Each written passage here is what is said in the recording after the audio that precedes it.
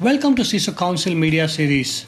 I'm Ahmed Baig, founder and CEO of CISO Council, here with Tony Cole, Vice President and Global Government CTO at FireEye. Hello Tony, welcome to Dubai. It's great to have you here in FireEye Cyber Defense Live. Thank you for a great presentation this morning. I appreciate you taking time to be part of this discussion on cybersecurity, reaching out to members of CISO Council on CISO Connect platform. It's been a roller coaster ride for the security community for past few years, and there has been a lot of discussion on cybersecurity front. Security investments are on the rise with evolving threats. However, there's been a little improvement in organizational security posture and breaches are still on the rise. What should be done differently? One, I think they have to look at this comprehensively. So you said investments are on the rise, and we're seeing that around the globe. There are just literally hundreds and hundreds of new companies every single year. So the old method of best in breed is not working unless those tools can be integrated into a structure. So where you actually have automation to tie it all together and enablement from threat intelligence into all of the disparate products, regardless of who you bought them from. So, and then also tying in orchestration to actually get rid of the false positives in a very quick fashion so you can focus on the real threats. So that 15-20%, so that are major threats from nation states and organized crime impacting your organization. Sure. Tony, there's been a huge rise in the new cybersecurity companies. We have also evidenced almost 50 new players participating in the last RSA conference alone. These companies now join more than 1,000 existing cybersecurity players globally. How is the cybersecurity industry evolving from vendor perspective? It's becoming more of a mess. So I agree with your sentiment on RSA. Black Hat, the same thing. When I first started, it was a couple hundred people at Black Hat and DEF CON. Today, now they have a very large showcase, and there were generally a few vendors, so primarily providing books so that you could buy, and that was it. Today, it's fascinating to watch. It's venture capital pumping into our market, trying to solve problems. Very little realistic, holistic vision of how to solve this problem. We still see a lot of companies creating new capabilities to tie into compliance versus actually building a structure for risk mitigation around your critical assets to take you to a place of compliance versus the other way around.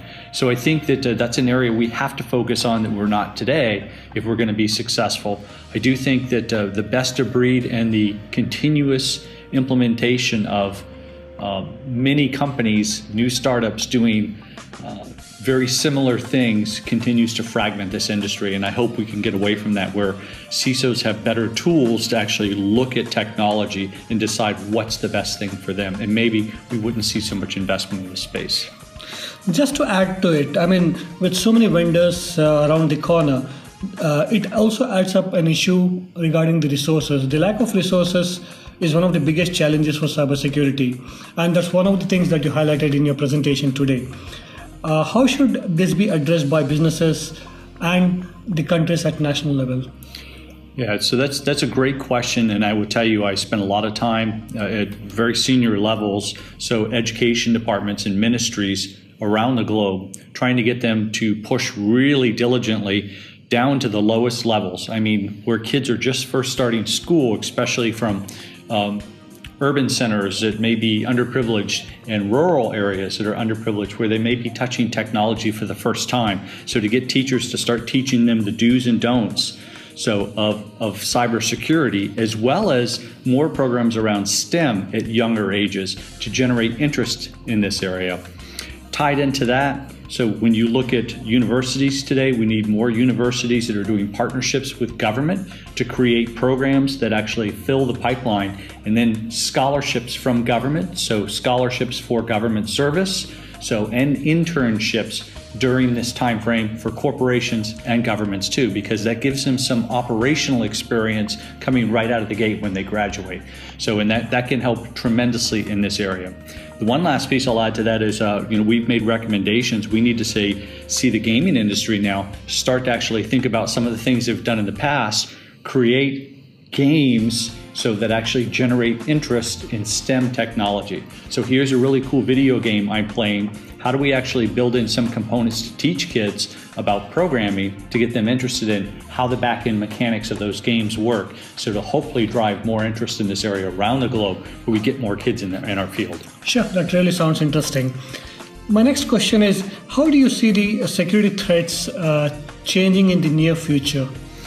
So we continue to see the adversaries, whether that's nation states, organized crime, hacktivists, and others playing along the periphery.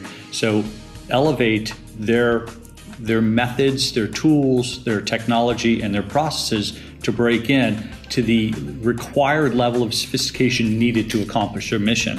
And they're doing that for a number of reasons.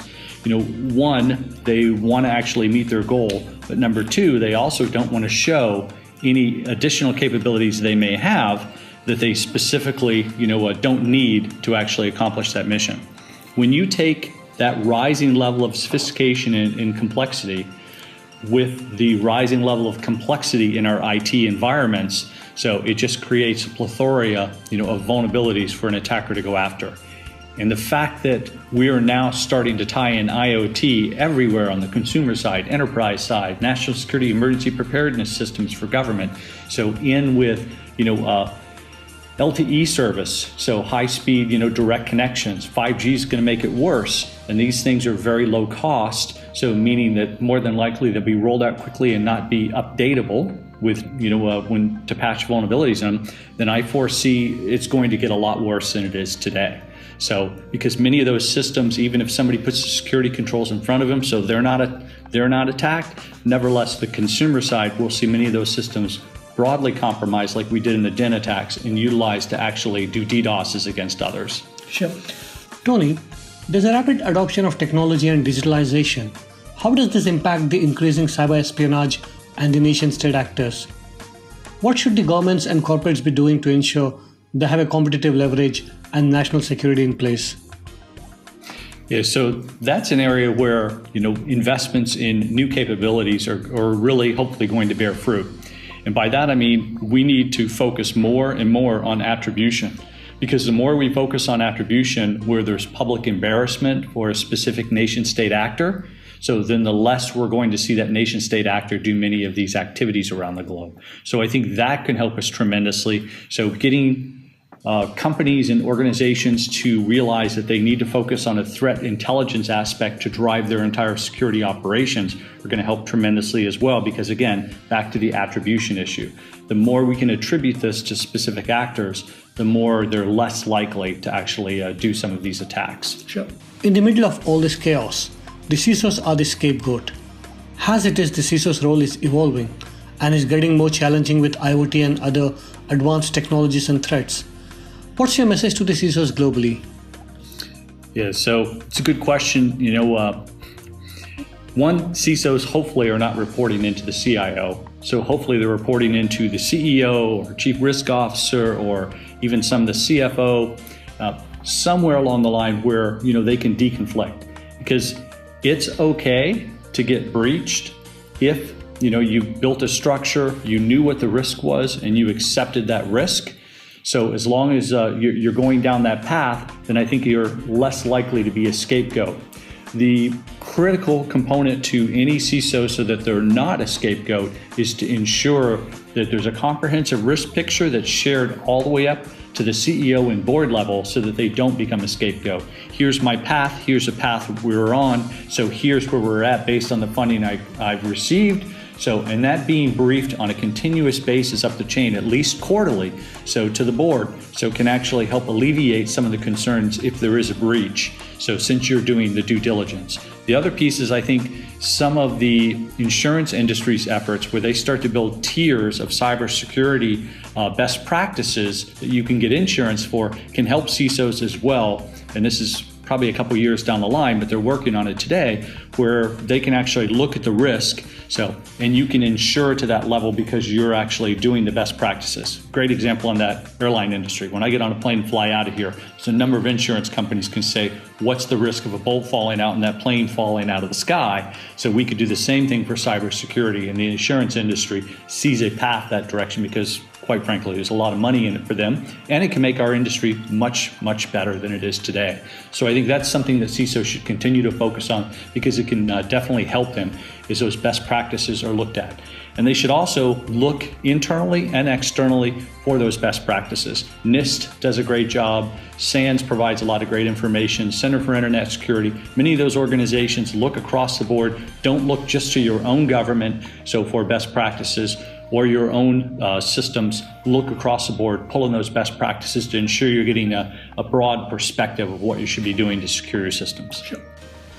Tony, thank you for your time. It's been a pleasure having you in the CISO Council Media Series. Looking forward to see you again. Oh, thank you very much for having me. Love Dubai.